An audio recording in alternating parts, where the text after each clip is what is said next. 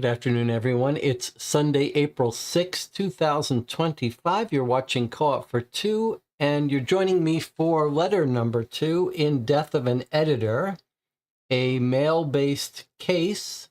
I don't know, we need a better name for these things. That a viewer has written, Anna, one of our top detectives here. There will be, I think Anna said three letters and then a solution.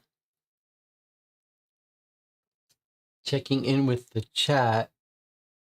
Apparently there's a little bit of buffering in the stream. I have what is going on here? I have upgraded the YouTube settings so that it's broadcasting at a higher bandwidth to make some of the top-down views a little sharper, but it may be causing issues for people. We'll have to talk about it if it rears its head more frequently. Okay, a little bit of bookkeeping here before we start. Yesterday we played another Unsolved Case Files. Quite fun. It was fun having a really active group on these weekend afternoons. I can't always do them on the afternoons, but it is fun to get a different and awake group for those. And it was an interesting case. I'll try to post a review of it soon. I've got a backlog of reviews I have to get to at some point. And then on Monday, Jonathan Warner and Corzicant and whoever's been joining me for the 7 Citadel sessions, we'll have another of our late night sessions. On Monday, about to wrap up our threat of the 7 Citadel, the second threat, after 13 or 14 sessions, another big, long series that we've been playing once a week for the last couple months. And on Wednesday, we will play the third box in a puzzle-based game, 50 Clues Sunshine Island, that we've been playing. A little bit of a mixed bag there, but enjoyable. So that means after Wednesday, the slate is going to be sort of clean to start some new stuff. And I'm curious what the group wants to play. I've got a new game from the Hidden Games series called Green Poison, which is not really new, but it's new to America. So maybe it's time to tackle that, but maybe it's time to do a longer multi-part cold case game. Maybe that gray detective box that's in 3 parts, or maybe finally get to Alexander Morrison. I don't know why it's taking us so long to do that. And I'm hoping we can finish up the West End Adventures Sherlock Holmes box, which brings me to the next issue, which is writing cases for New York Noir. I've been struggling to make progress on my new case for New York Noir, the game that I've been working on for a couple years now. And I'm making some good progress. I've got the first 2 days basically done of a 4-day case. I'm trying to make this a nice long case, maybe longer than my previous case, The Wrong Book, and try some new stuff. But boy, it's tough to get past sort of writer's block for that stuff. But while I'm writing that case, I'm writing a new version of my handbook on how to write a case for New York Noir, which would also be applicable if you're trying to write Sherlock Holmes consulting detective fan cases, both of which you can make using the tool I wrote for creating nicely formatted PDFs. If you are interested in writing a mystery case, either like the mail-based letters that Anna has written, or a game for New York Noir, even better, which Anna has also written, stop by the Discord or the Board Game Geek channel, Board Game Geek forum for Co-op for Two, the guild. There's a link on this YouTube page to both of them. And you can check out my guidebook, which talks about writing a case. And strategies, not on the technical side, but more the mental creative side. And Anna has actually written 3 cases for New York Noir all in a row without us playing any of them. That's a crazy thing. She has definitely hit some sort of creative spurt of energy. And Anna was just saying in the Discord, like, I'm ready for you guys to play my cases. And I told her, well, slow down, slow down. Let's appreciate this mail-based case before we start playing some new cases by Anna. But I would love to play more games by people in the channel. Matt C., who really started us off on this path by creating these amazing improvisational cases. We've played 2 of them so far. And now Anna has written this mail-based case. But if you're sitting there watching and think that you might be inspired to create something like what Anna's done here with these letters, a series of 3 or 4 letters, or what Matt has done, a more elaborate improvisational interactive thing, or a case for New York Noir or Sherlock Holmes Consulting Detective, I hope you'll give it a try. You can reach out in the Discord or by email. I'll tell you the same thing I told Matt and I told Anna, and I try to tell myself, is that we're in a little realm here where don't worry about if your case is any good. Just worry about making a cart that rolls on its wheels, that doesn't disintegrate. Just worry about getting the pieces all basically in the right place to make a little Frankenstein monster, and that'll be accomplishment enough. All right, so before we do a recap, is there anything else anyone wants to talk about? Any projects anyone is working on? Any hobbies, movies? I've recommended a couple movies in the last few days. What did I recommend? I recommended Magic, an Anthony Hopkins movie from the 70s, a little horror psychological movie that reviewers didn't love, but I thought was quite, it's dated, it feels dated, but it's really quite good. Matt C. says, R.I.P. Murders by Mail.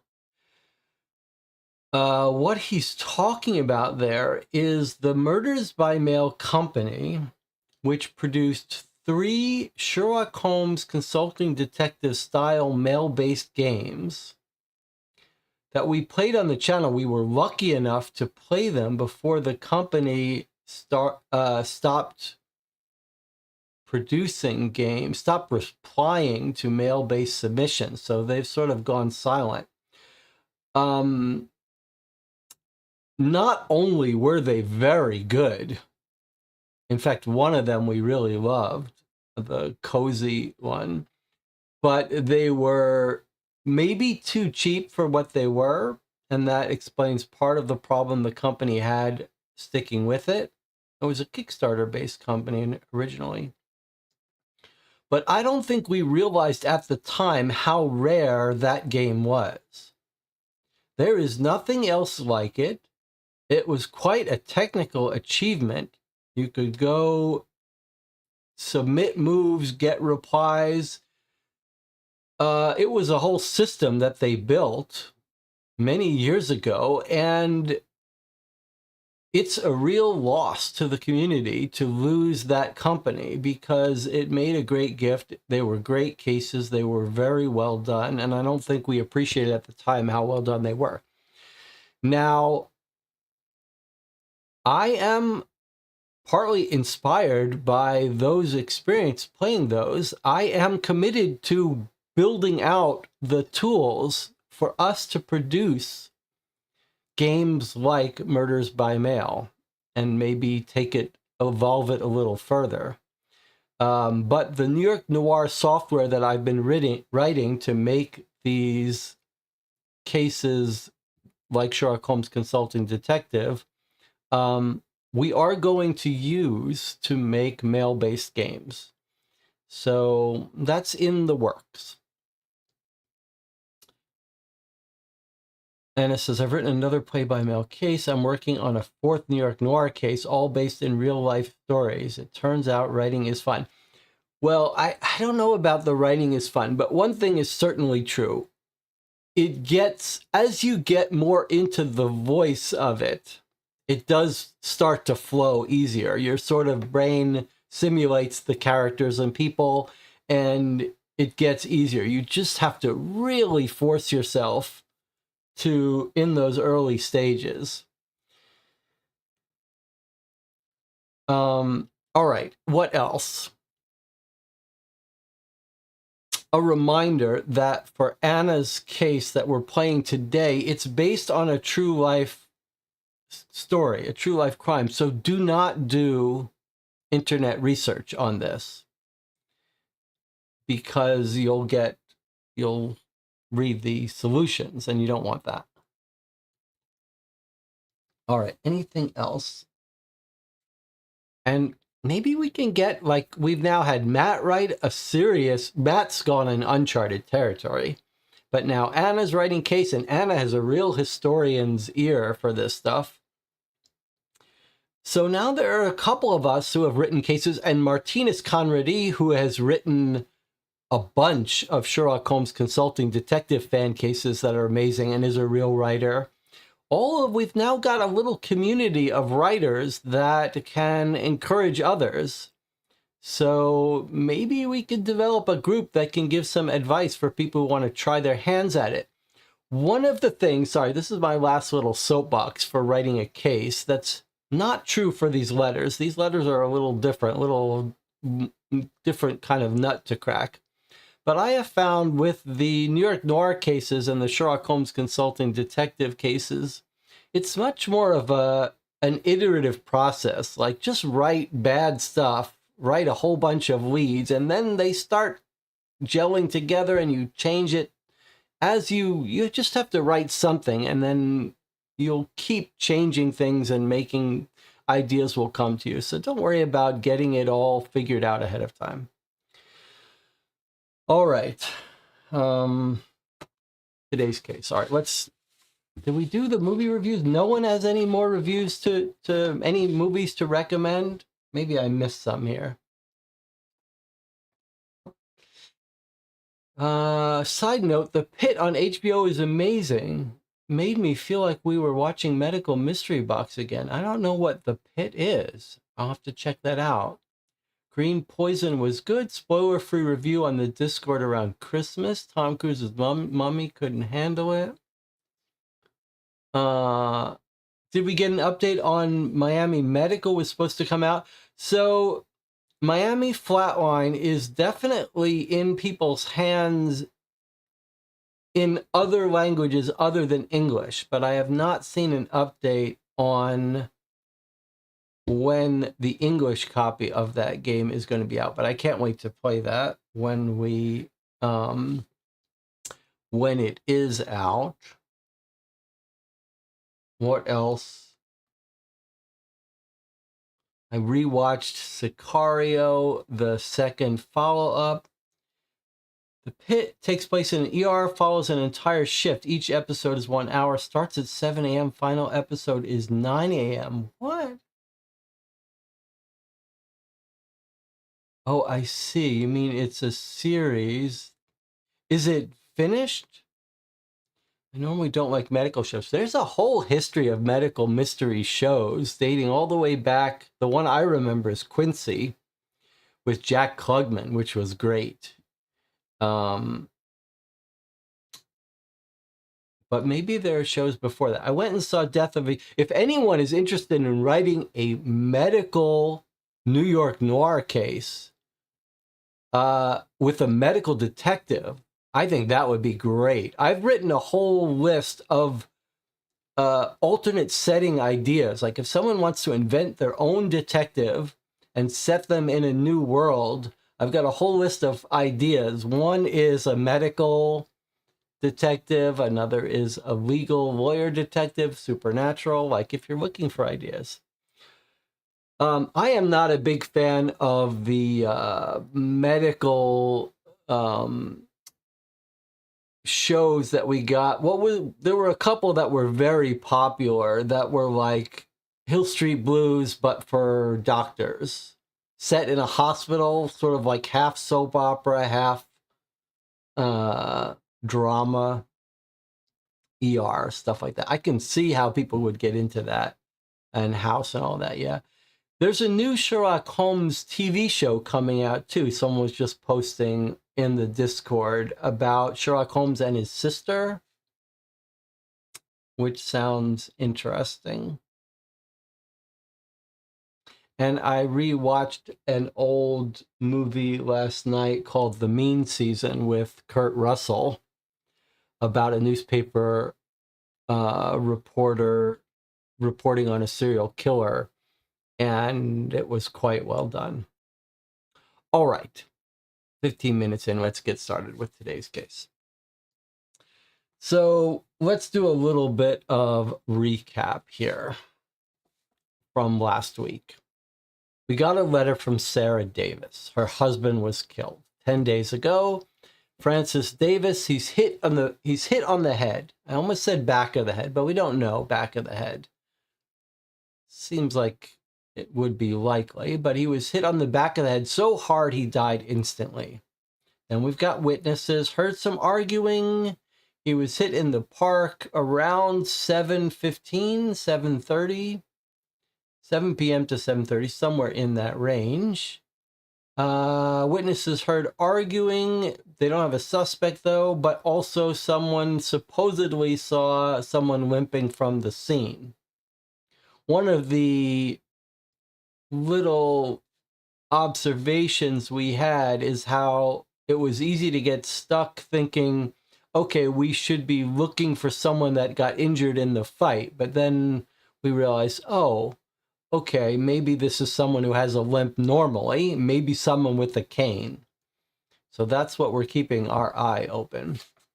Okay, the wife is contacting us for some help. She gives us background about her husband, actually born in England, Austin John Bradford, somehow gets it into his mind that he wants to come to America and fight on the side of the South, was inspired by the Civil War fights. Changes his name to not embarrass the family, comes to the U.S., fights, meets a friend after the Civil War. They start a paper, and the wife meets him because she's a writer for the paper.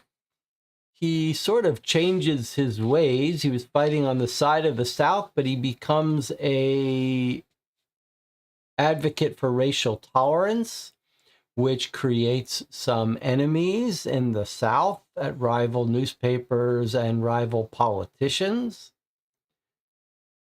They have 2 kids. One died in childbirth or shortly after. The husband starts to gain some success as a politician and a writer. And then he starts to make some enemies, and we start to hear about a couple of them. We've got Robert Byrne, who is a populist and racist, and the owner of a rival paper, or the writer of a rival paper, who challenged our guy to a duel. But Sarah's husband, Francis, is a pacifist, and he doesn't want to duel, so he refuses to, so they've still got a boiling over feud. And then there's another general who wants to have a duel with our guy, Francis. General Doyle, who's friends with General Goodwin. General Doyle challenges him to a duel as well.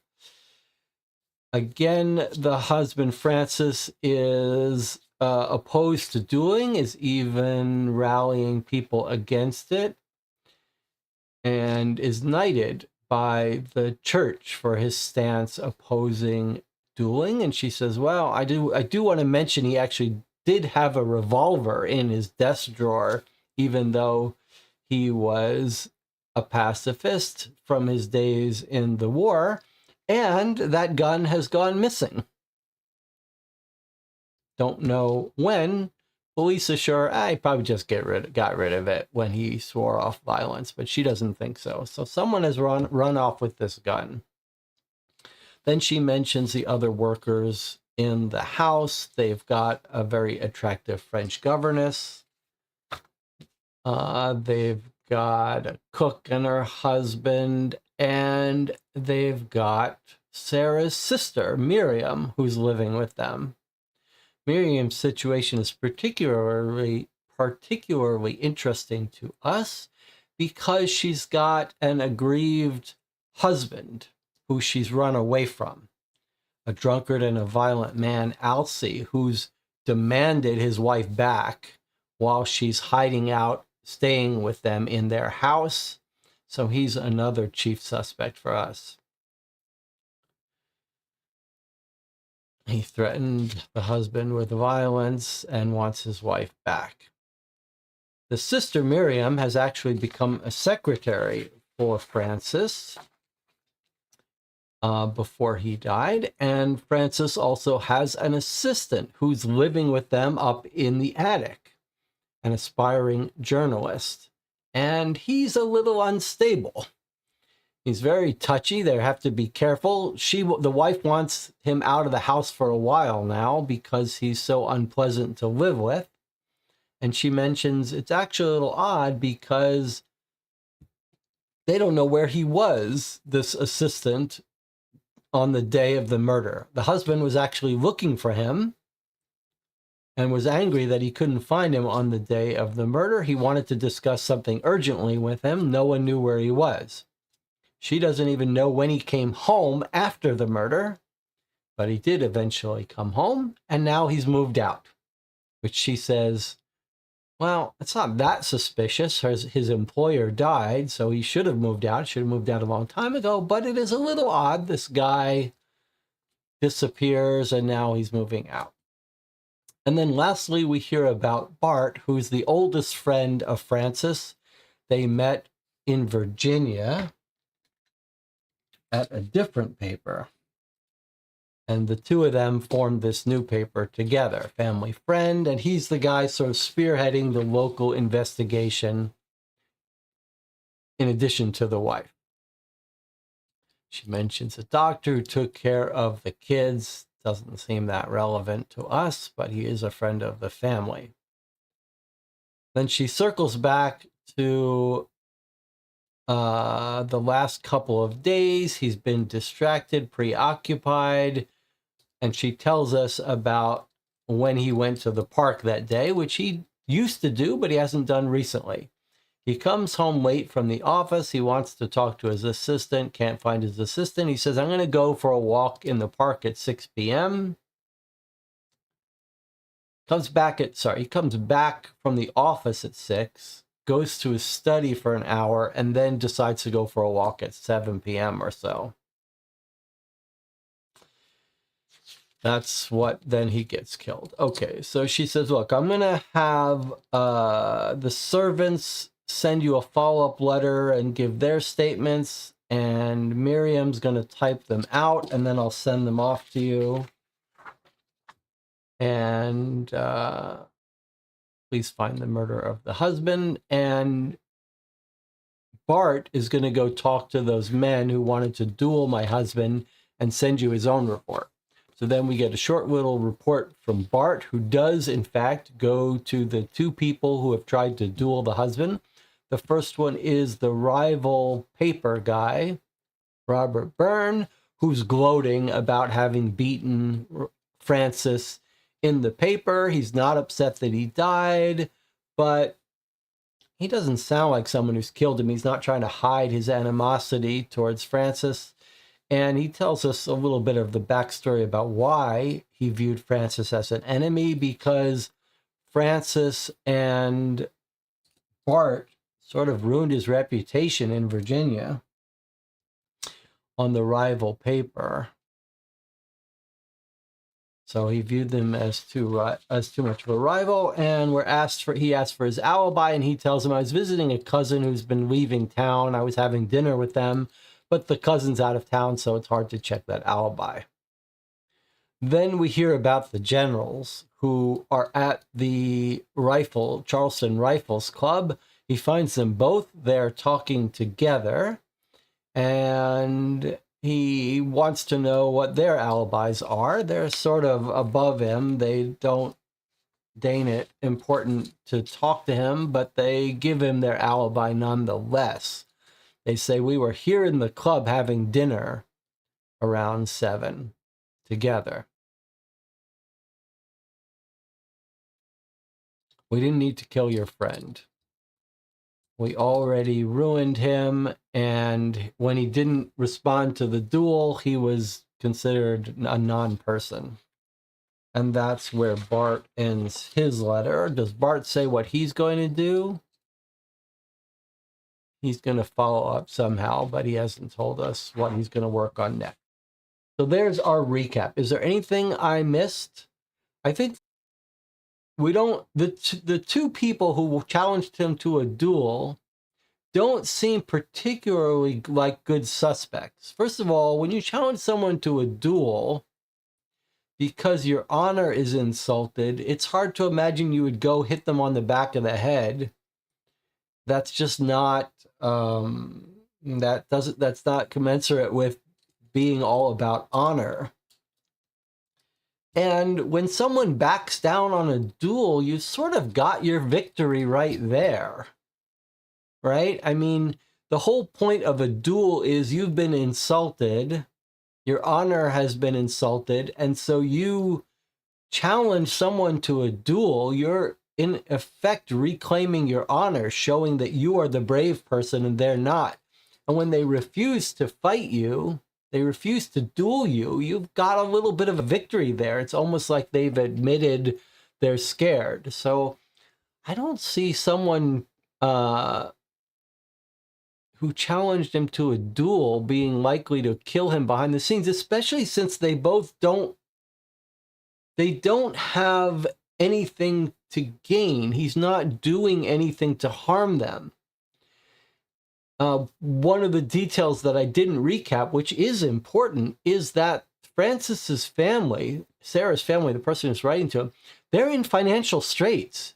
They've been sort of ruined. The paper, all of the animosity raised by everyone against the racial tolerance of Francis and his paper has caused the paper to go under, and it's financially struggling.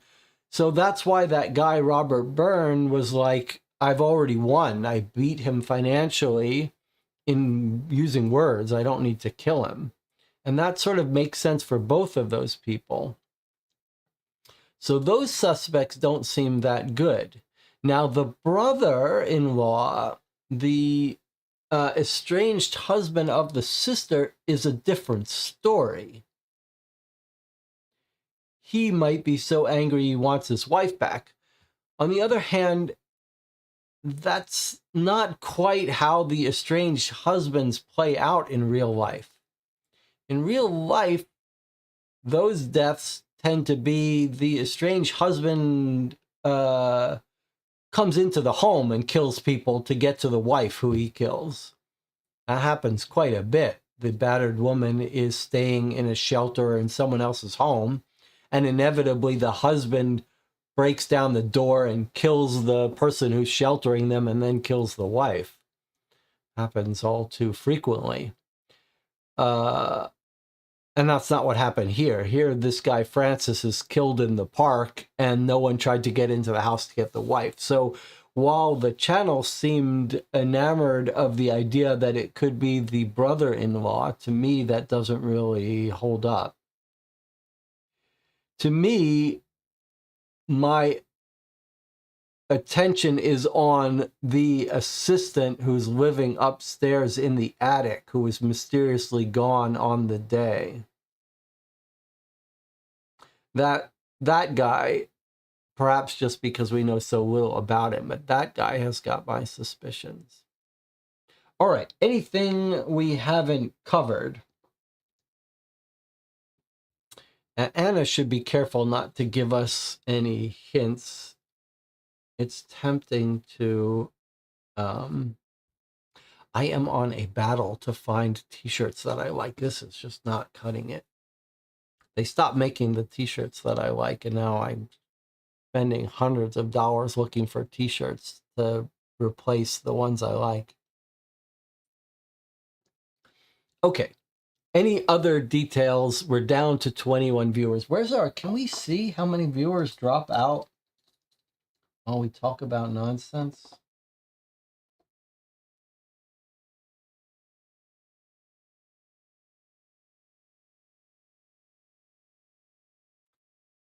Not really.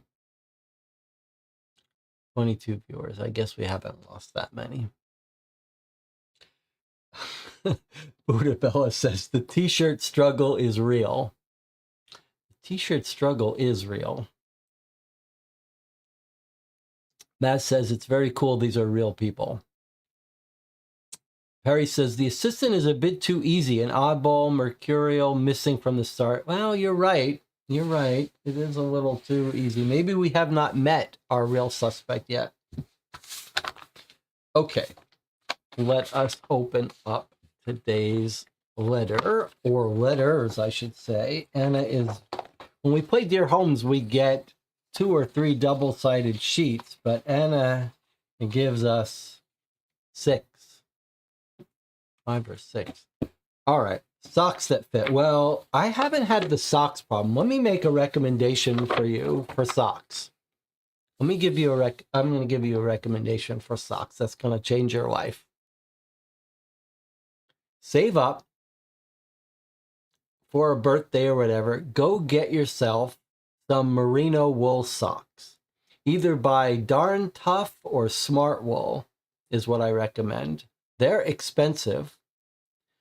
You might want to try different levels of cushioning, but they're a life changer. Get away from the cotton socks, go to the merino wool socks.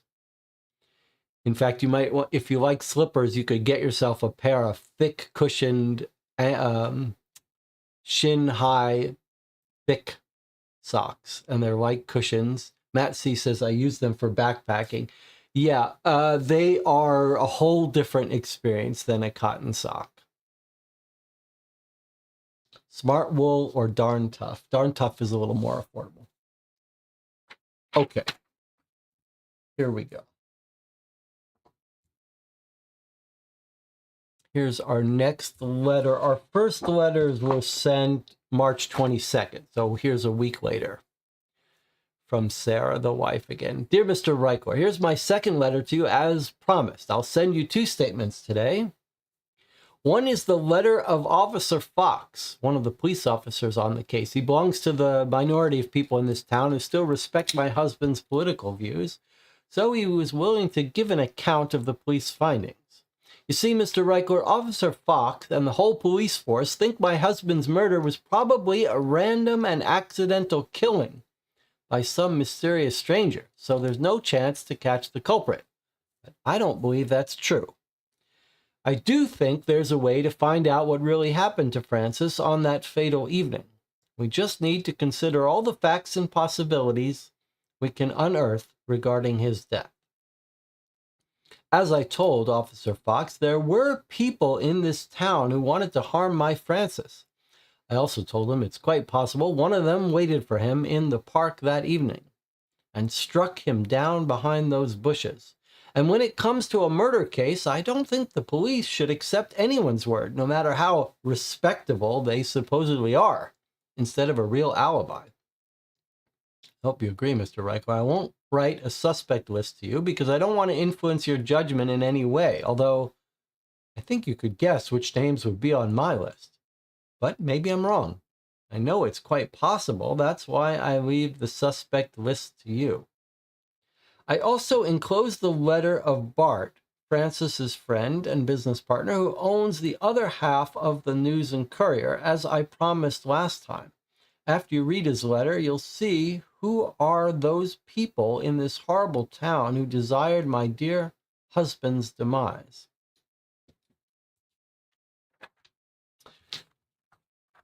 I will send Miriam's letter and all of the promised testimonies as in a third letter, as soon as they are ready, probably in a week. I hope to God you'll be able to deduce from these letters who the killer was. Sincerely, Mrs. Sarah M. Davis.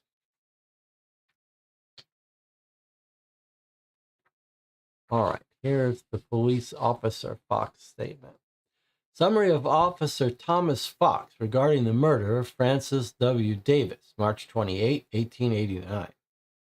Francis W. Davis, editor-in-chief of the local paper, News and Courier, was found dead not long after 8 p.m. on the evening of March 12, 1889, in the park next to Bull Street and Rutledge Avenue. Mr. Zachary Brown, an older gentleman who was walking his dog in the park, discovered the body lying behind tall bushes. This explains why people walking by didn't notice it. Only the dog sniffed it out. The victim had his wallet with him, along with a pocket watch, a signet ring on his finger, and was still clutching his walking stick. Therefore, it seemed this attack was not a robbery. The victim's clothes were torn and dirty in places, which could suggest that he fought his killer before he was struck down. The medical examination determined that Mr. Davis was struck on the top of his head, probably from behind, with great force, which broke his skull and killed him instantly.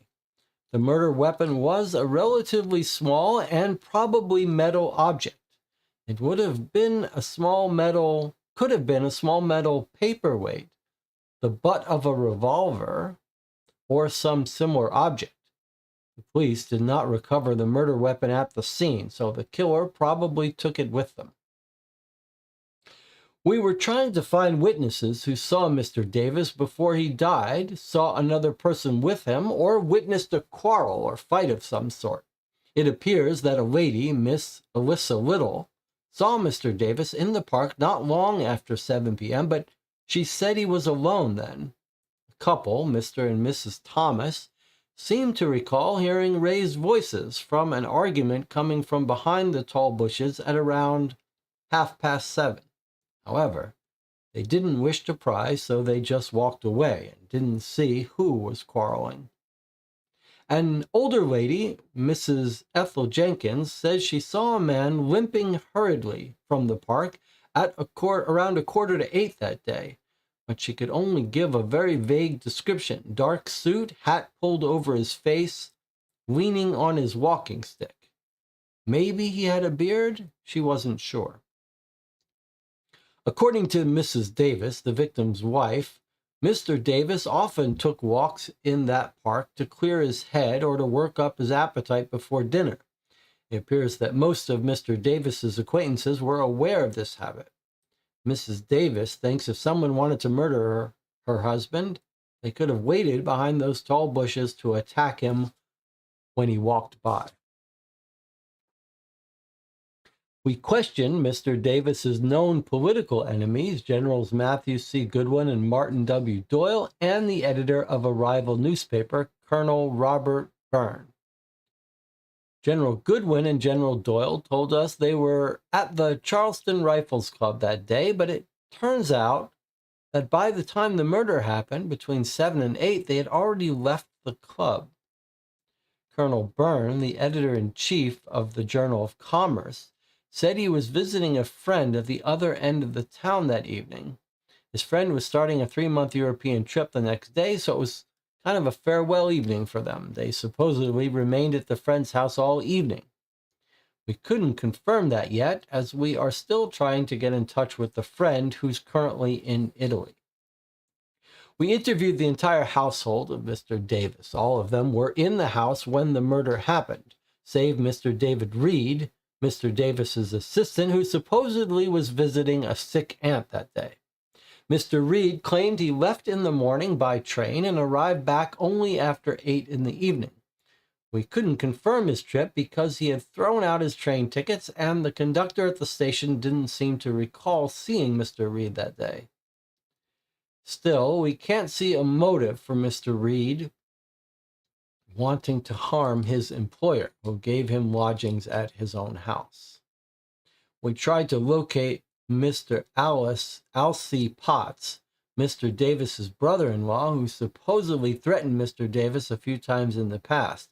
However, it turns out he sold his house 3 weeks ago and moved away to a currently unknown location.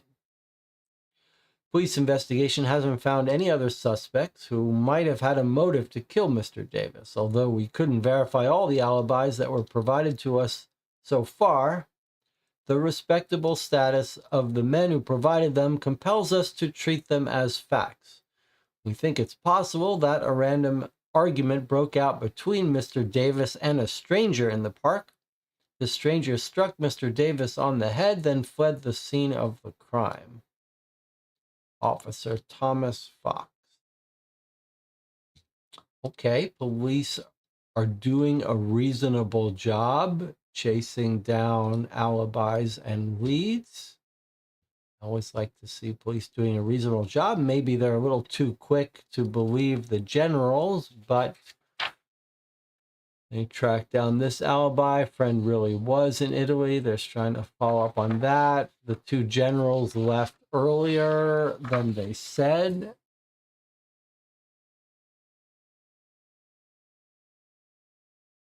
Okay. And now we've got 3 pages from Bart. Looks like Bart's doing a little more legwork. Could Bart be a suspect? He seems too engaged in helping to be a suspect to me. I mean, I guess some suspects do that, but he seems to care too much. Dear Sarah, although could there be a love interest with Sarah that he's hoping to? I don't know. Let's see. Dear Sarah, as you requested, I typed out all the facts I could recall about Francis and the political fights around the paper, or at least those facts I thought to be relevant in the case of my poor friend's death. As you know, I met Francis after the war, when we worked together at the Richmond Examiner in Virginia. We had a terrible boss there, Robert Byrne, whom my friend couldn't work with for long. So in 1866, he came to Charleston, where he was employed by the Charleston News. I joined him shortly because Francis convinced me that we should buy that paper together. It proved a very good investment, so in 1873 we also acquired the Charleston Courier and combined the 2 papers into the News and Courier. I wished to retire by then, so Francis became the paper's editor-in-chief, and I remained a silent partner. With this merger, Charleston became essentially a one-paper city, and our future seemed assured. Even our enemies compulsively read the paper, if one can believe the rumors. The News and Courier became known for its speed in news gathering, accuracy, and far-flung coverage, with correspondence from Washington, D.C. to Columbia, and Francis became the state's leading editor of the past decade. He was an exemplar of the old-fashioned style of personal journalism. So cutting were his editorial diatribes that they could score the hide of a rhinoceros. In an election contest, for instance, he accused a corrupt candidate for county sheriff of being a murderer. The paper was consequently sued for criminal libel. My friend's key defense witness happened to be a felon who was hiding out in Georgia, so he needed extradition papers and a pardon from the governor to bring him back to South Carolina. Thankfully, the governor complied and granted the pardon to the witness. We won the lawsuit, and Francis gave his warmest endorsement to the administration of Governor Foster. Our Republican governor, a former Massachusetts abolitionist, fought and broke with corrupt elements in his own party. So Francis met with him in the months following his inauguration. Soon, a few guardedly cordial words for Governor Foster emanated from our paper's editorial columns, describing him as a statesman of eminent ability, eminent culture, and eminent integrity. As you know, our current problems began before last year's elections. Francis argued that the Democrats could reclaim the state and rid it of corrupt elements by acquiescing in the aforementioned Republican governor's re-election. Francis believed that fusion between the Democrats and the better element of the Republican Party could offset the 30,000 vote black majority in South Carolina. Between January and August last year, almost every issue of the News and Courier praised Governor Foster and urged the Democrats to leave their gubernatorial slot on their ticket vacant. The alternative, Francis argued, would have been extremely dangerous if the straight-out Democrats, as the intransigents called themselves, had their way. They would try to elect a Democrat governor using terror and intimidation to eliminate the majority black vote. At the national level, the Democratic presidential candidate would be hurt by Southern Democratic violence, and more federal troops would be brought into the state. Violence could also harm Charleston's commercial development. Most fearfully of all, such a campaign of violence might explode into a race war. Obviously, my friend's fusion plan suited the Low Country's needs, and especially appealed to Charleston's commercial leaders. Just as obviously, it ignored the passions of the up-country whites, who indignantly rejected Francis's course and demanded a straight-out Democratic ticket. Had we been native South Carolinians, we might have been more attuned to the age-old friction between up-country and low-country, and made some effort to placate the up-country while protecting our own interests. Although Francis campaigned for fusion with the Foster Republicans, he burned no bridges behind him. He stressed his loyalty to the Democratic Party unity. He reassured South Carolinians that when our people fix upon their policy, we shall go with them. And as he once remarked, newspapers run in the interest of any one man, by himself or anybody else, die very young. As of May 1888, his policies seemed to be winning, though not by much. When the Democratic State Convention met in that month, the straight-out faction denounced the pusillanimous timidity of the fusionists, but the convention voted by a small majority to delay selection of a gubernatorial nominee. So far, Francis had his way. That's when a new daily paper, the Journal of Commerce, appeared on Charleston's streets.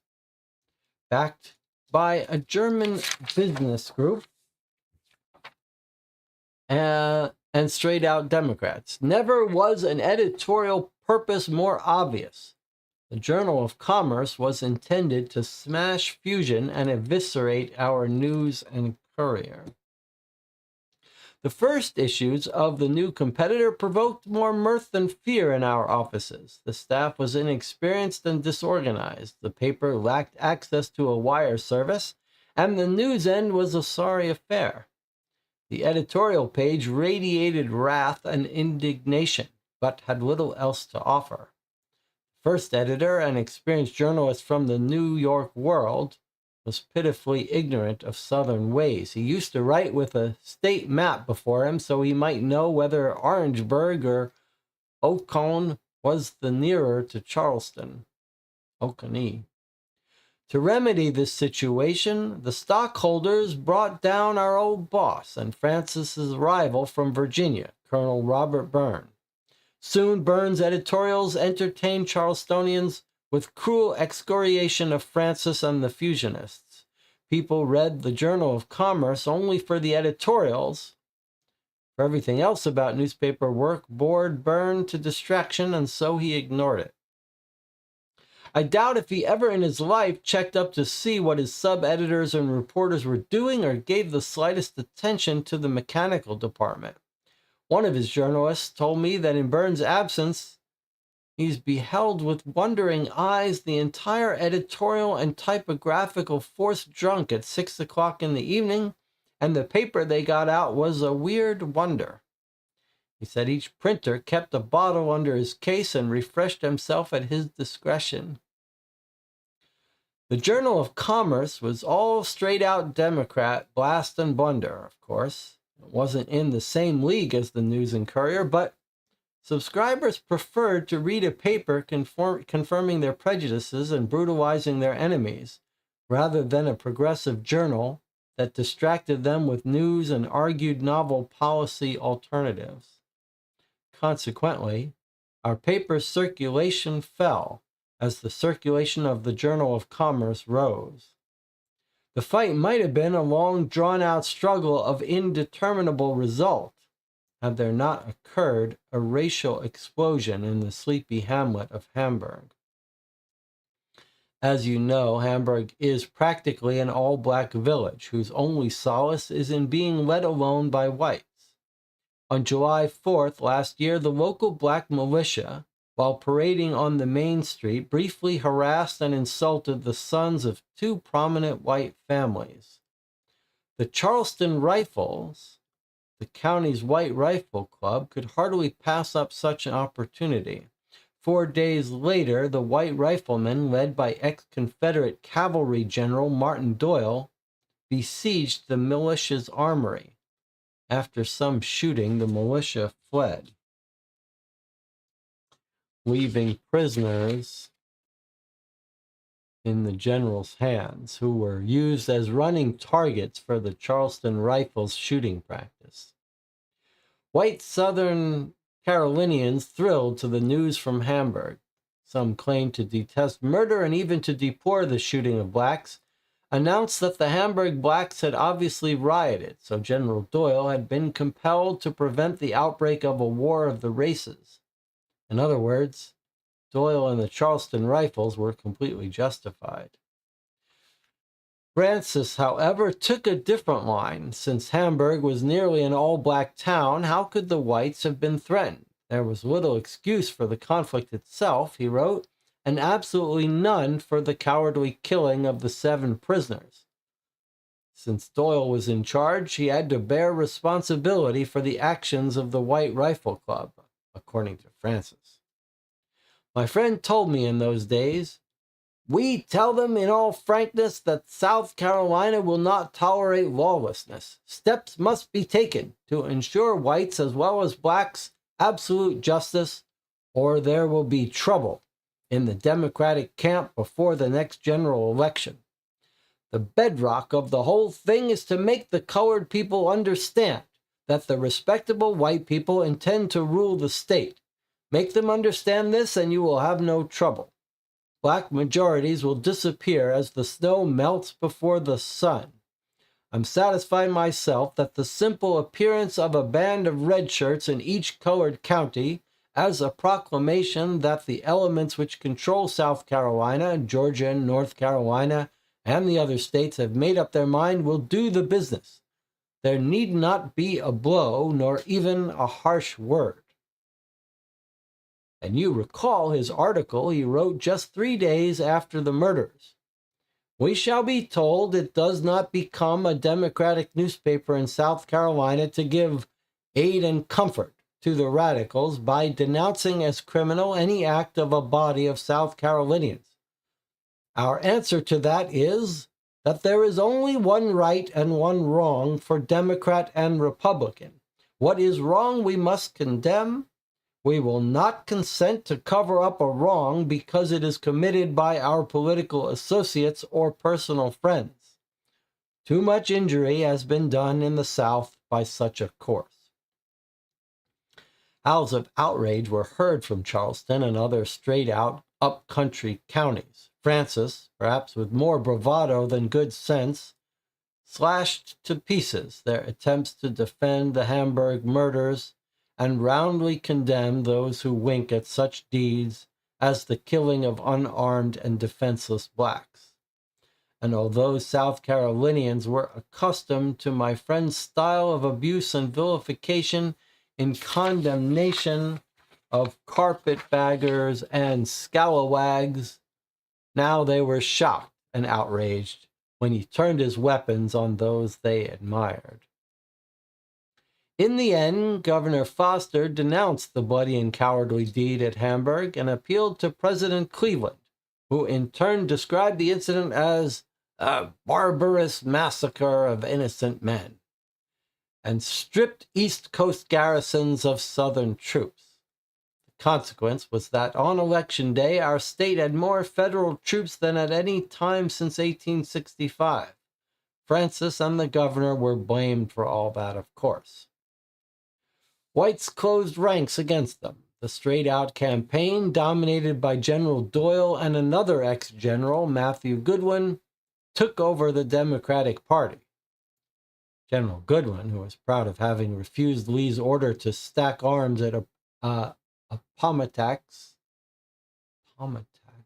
doesn't sound right, Maddox, I thought, was a straight-out leader and a fiery Charleston Rifle Club commander, and the very prototype of a mint julep-sipping, race-baiting politician, walked around limping, clutching his cane proudly. When Francis called Doyle a braggart and a slanderer, he publicly labeled him a coward and calmly awaited the obligatory challenge. Francis, however, being a devout Catholic and a fierce opposer of any violence, refused to comply, pleading his religious scruples.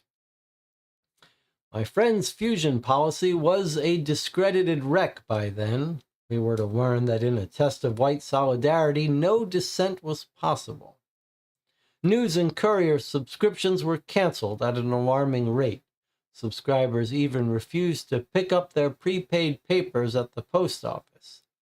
We faced financial ruin. And you're aware of this, of course, dear Sarah, suffering the consequences yourself as well. Meanwhile, the Journal of Commerce, demanding a postponement of judgment for Hamburg and a fair hearing for the whites accused of the Hamburg riot, soared in popularity. As if it weren't enough, Colonel Byrne also abused Francis sometime in February, maybe a month before my friend's death, in terms which again called for a challenge. Francis responded in kind, comparing his own war record with Byrne's wartime service in a safe newspaper office well away from combat. This was dangerous talk, as Byrne was a veteran duelist who had already killed a man. The Williamsburg News wrote that week, "Byrne thirsts for more blood. The stains already on his hands are not enough. He joins with Goodwin and Doyle to silence, if possible, free speech in South Carolina.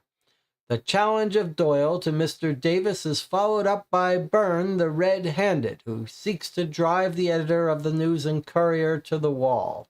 They want no halfway work. South Carolina, as she was, is the object they keep in view. A slavery of men, of opinion, and of speech, white as well as black." Charleston, of course, expected a shootout between the editors, or a public brawl at the very least. But fortunately for my friend, Byrne was acting strictly according to the code. Having given the insult, he had nothing more to do than to put himself in a position to be shot at, if anybody elected to shoot, which Byrne had done 2 days in succession after his insult. You probably remember he was walking demonstratively up and down in front of your house during those 2 days, but Francis naturally ignored it. The incident was regarded as closed, or at least I thought it was, but now after the murder, I'm not so sure anymore. You were asking me about Francis's revolver as well. I know everyone is armed these days, and I too have a weapon, although I'm not in the habit of carrying it around with me everywhere.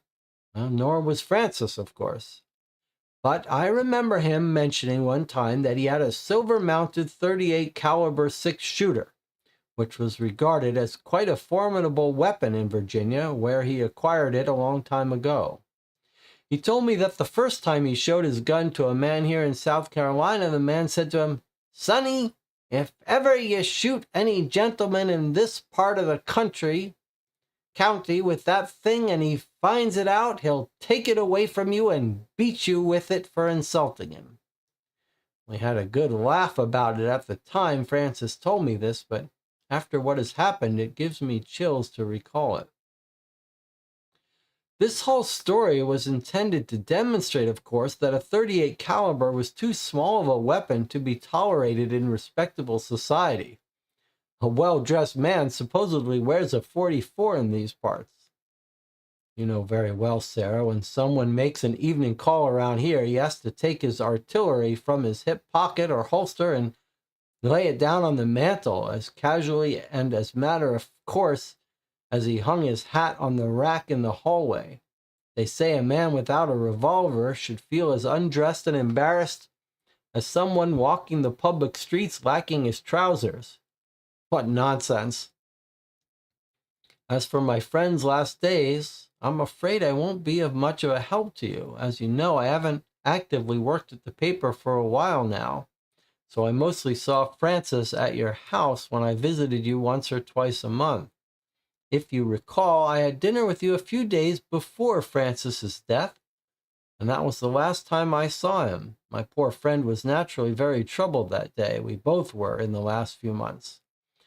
I was mentioning the possibility of selling the paper, if you recall, but Francis told us we didn't have to resort to that just yet. He mentioned he was thinking about writing an expose about someone, though he wasn't ready to tell me who this expose was about. I was willing to wait for a few more weeks before we seriously considered the option of selling. I think that's all I can write down. I don't know how much of this could be useful, but I did as you asked. I hope that it helps us to find Francis's killer and bring him to justice. My friend was an exceptional man. He advocated a policy of moderation, but in so doing broke with the majority sentiment. He consequently risked the political and economic ruin of our newspaper, and indeed jeopardized his own life. Because it turns out that on issues such as race, democratic solidarity, and home rule, no dissent is tolerated in this town. Sincerely, Bart. All right, so there we have it.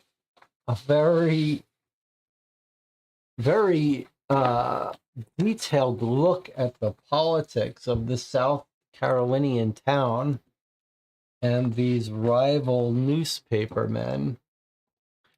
Pretty authentic feeling letter from back in 1889.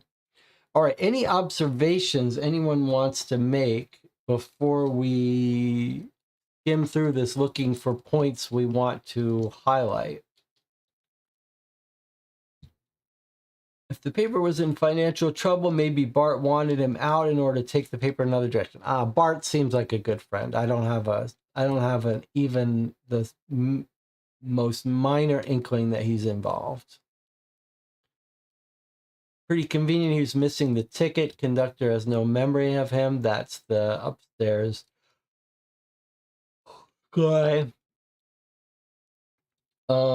All right, so starting at the end, we get a little bit of another suspect we should be interested in, right? He wasn't ready to tell me who the expose was about.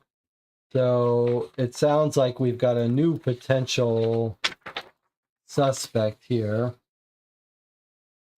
Francis was thinking about writing an expose about someone. So is that the person who attacked him because he was about to be revealed? There's a motive to kill someone if they're about to expose you for something. Of course, we don't know who that was. And then he gives this little story that he says, it gives me chills to recall it, because someone told him, hey, if you pull that 38 out on someone, that gun's not going to do the job and they're likely to beat you with it.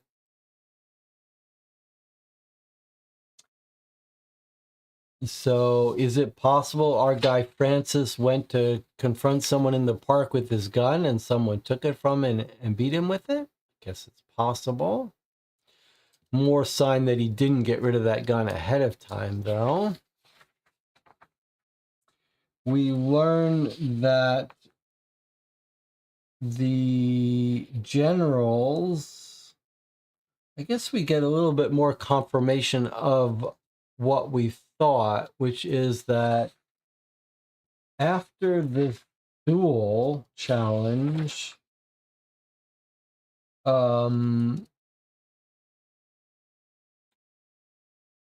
It should have been settled, which is what the general says.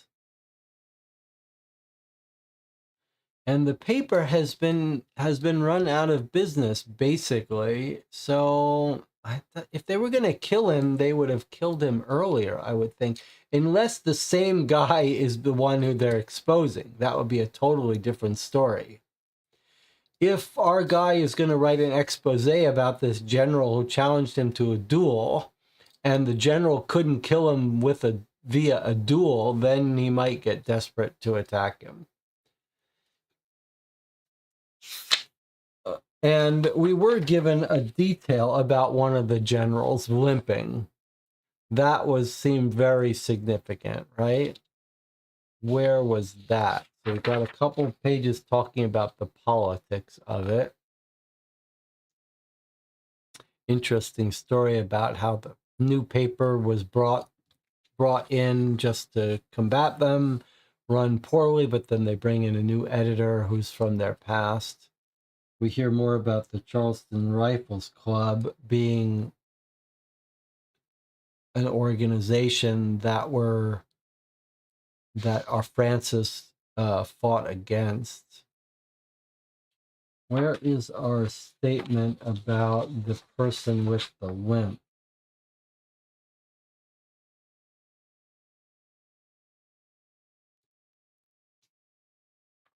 What's a politics? Little hard to follow some of the politics of the past just because it's so far into our ears. The Democratic and Republican parties in the United States sort of switched positions on race at some point. So it's a little hard to follow. And these parties, fusions, and the other stuff is all alien to our ears. But it is quite fun to hear about it. We should also mention at this point that Debbie Levy has been helping edit these papers, as she's helped with lots of editing of stories, including some of my New York Noir stories. And Debbie's invaluable to this channel in helping the editing stuff. Now, where was the part about the limping general?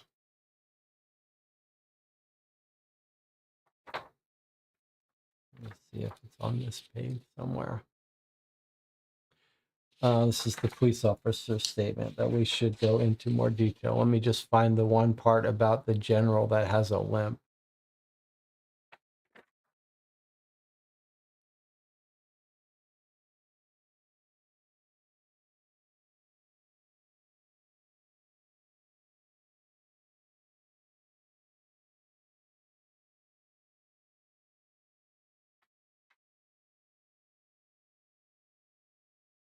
Issues of the competitor.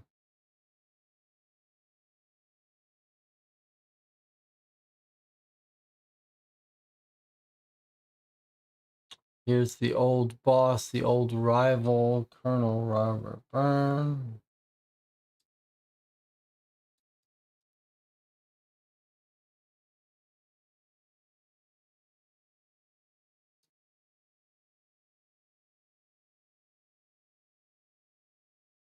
Here's the challenge. Back and forth in front of them.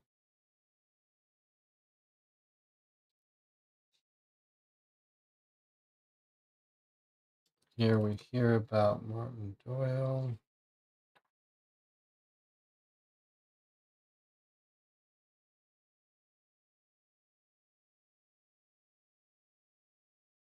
Article he wrote 3 days after the murders.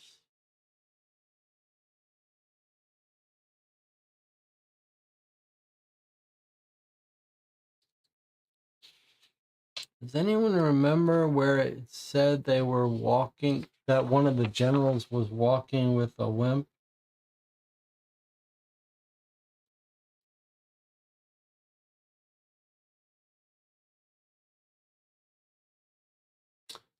thought it was earlier on.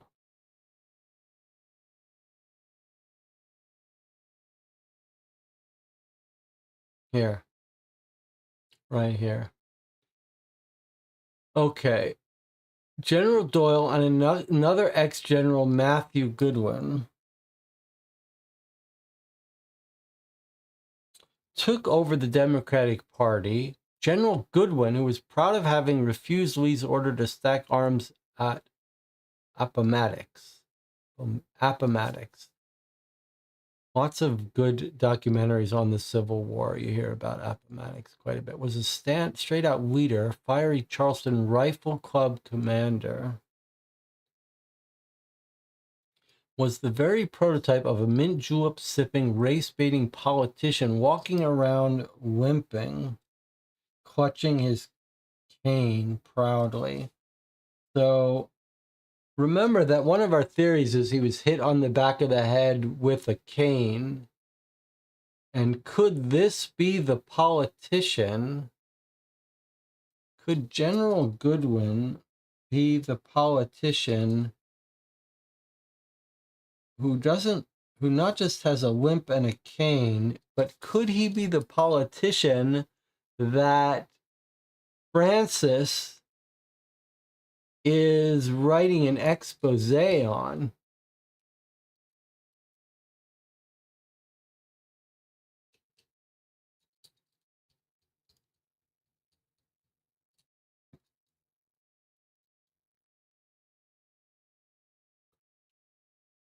Lastly, let's look at the police report here from Officer Fox.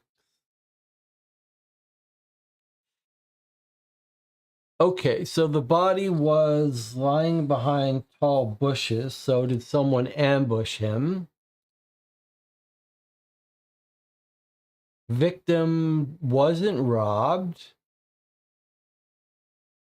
Has a walking stick. Lots of people do at that time. We should consider it.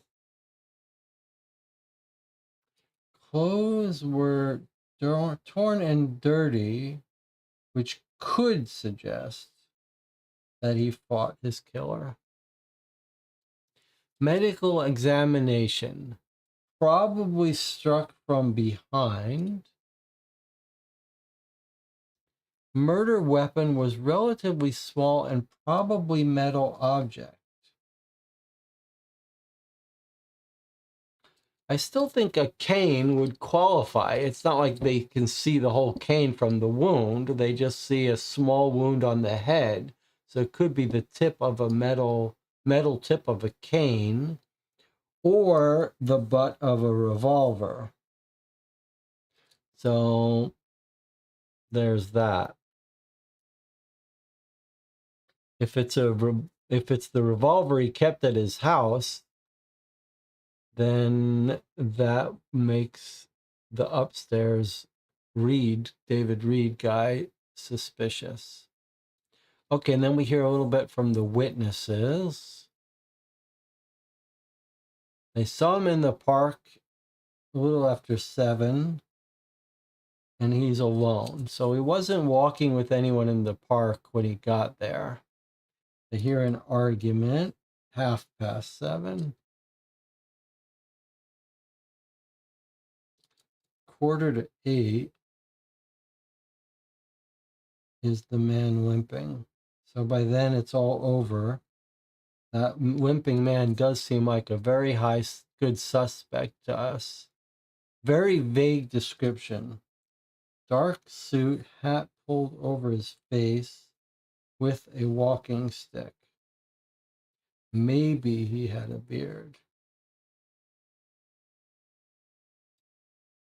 That could be our suspect. Leaning on his walking stick. That's another word for limping. Everyone knew he went to the park. Someone could have waited for him. He checks out the alibis. These two generals, including Goodwin, who we now know limps.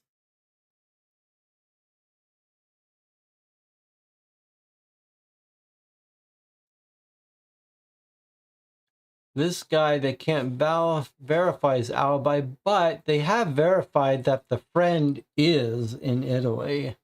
I don't see how Colonel Byrne is our guy.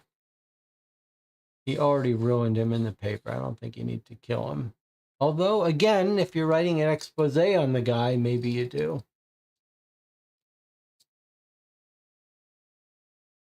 Okay, and then we get Mr. Davis's, the guy who was upstairs, his alibi. He was visiting an aunt. Okay, so we want this alibi checked out.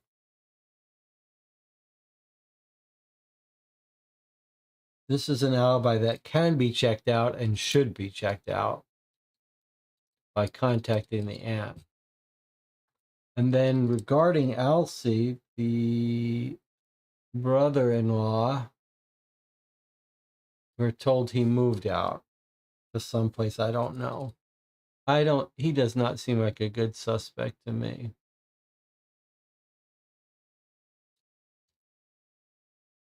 Okay. Considering the lack of evidence on where he was located, maybe he wasn't killed there. No, he was killed in the park. He was walking in the park, and then his body was found in the park. You can't just drag a body into the park at 7 p.m. Marlene is always coming up with some very crazy out of left field theories. One of these days they're going to be right, though. Let's see.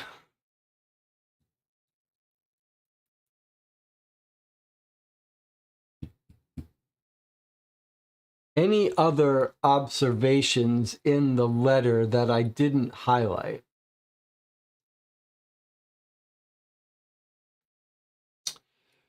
To me, the story that seems most intriguing is the idea that our guy Francis was going to write an expose of someone and ruin their life. Now, there is a motive, if ever there was one. So it feels to me like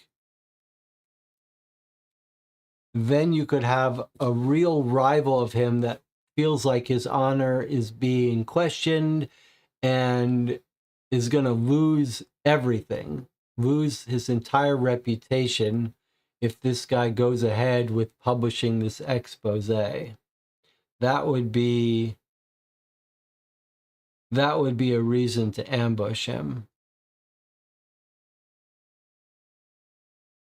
Like that, challenging someone to a duel if they're about to expose you doesn't help you. You can't solve it that way. The only way you solve it is if they never publish.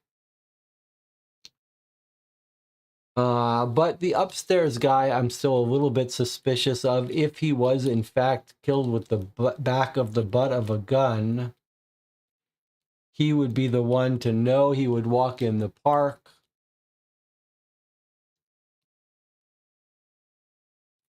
But what would be his motive? This guy is giving you a house, a place to stay. By all accounts, being your friend, what would possibly be a motive to kill him? Even if he caught you stealing his gun, that wouldn't kill him. What do you make of the...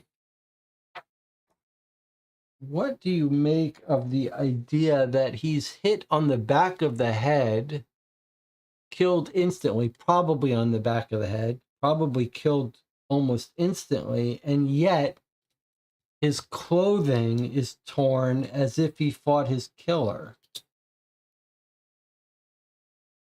Like, don't those two things seem inconsistent?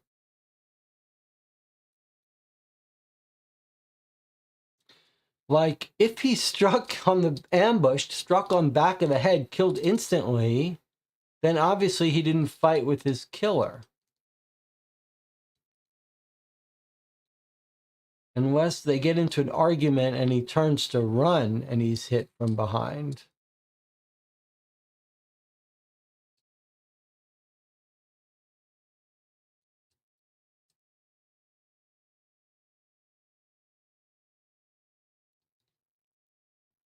Doesn't Francis sound too perfect to you? There's no flaws that may lead to murder.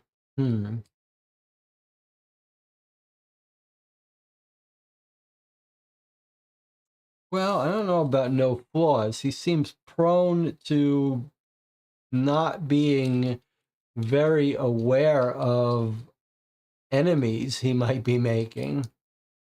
Too quick to insult someone in the paper. He's got two people wanting to duel him.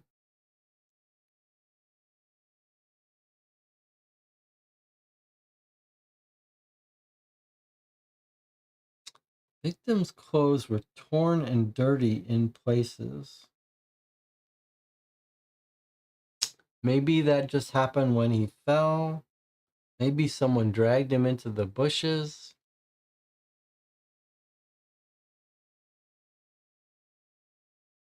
What did he want to talk to his assistant about? Remember, he's trying to talk to his assistant, but maybe that's about the expose.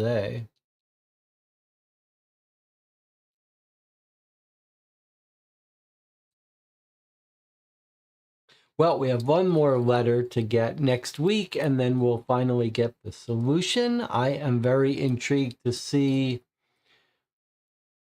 what we learn.